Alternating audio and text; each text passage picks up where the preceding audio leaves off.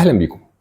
اعمل الحاجات دي لو عايز تزود التفاعل على انستجرام، لان انستجرام من اهم المنصات اللي ممكن تستخدمها للتسويق والتواصل مع العملاء. يبقى لازم تهتم انك تنشر عليه محتوى قوي بافكار جديده، وتهتم كمان انك ازاي تزود التفاعل على المحتوى ده. وفي الفيديو ده هقول لك على حاجات تعملها لو عايز تزود التفاعل على انستجرام. رقم واحد، اهتم جدا بالريلز، وحاول من خلالها تعرض الجانب الشخصي والانساني للبراند الخاص بيك، زي مثلا انك تصور الاكتيفيتي اللي بيعمله التيم بتاعك وتبتدي ان انت تنشره. تاني حاجة، جرب تستخدم الجيف اويز أو الهدايا المجانية اللي بتقدمها لعملائك، ودي تعتبر أسرع طريقة تزود بيها التفاعل.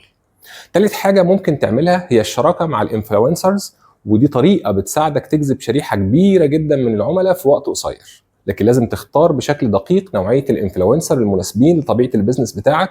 وكمان لازم تكون عارف نقطة مهمة جدا، ان الانفلونسر اجراء تسويقي عامل زي الطلقة، بيعمل صدى جامد جدا وقت ما يتضرب، لكن بعد كده تأثيره بيختفي بشكل سريع. رابع حاجة هي المشاركة في الترندز ونشر الميمز. المحتوى الكوميدي مش بس هيخلي الجمهور يحب يتابعك، لا ده كمان هيديهم إحساس إنك قريب منهم.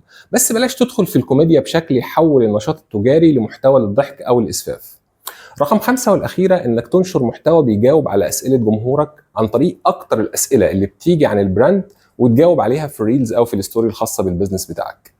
اكتب لي في الكومنتات ايه هي الحاجات التانية اللي بتعملها علشان تزود التفاعل على انستجرام.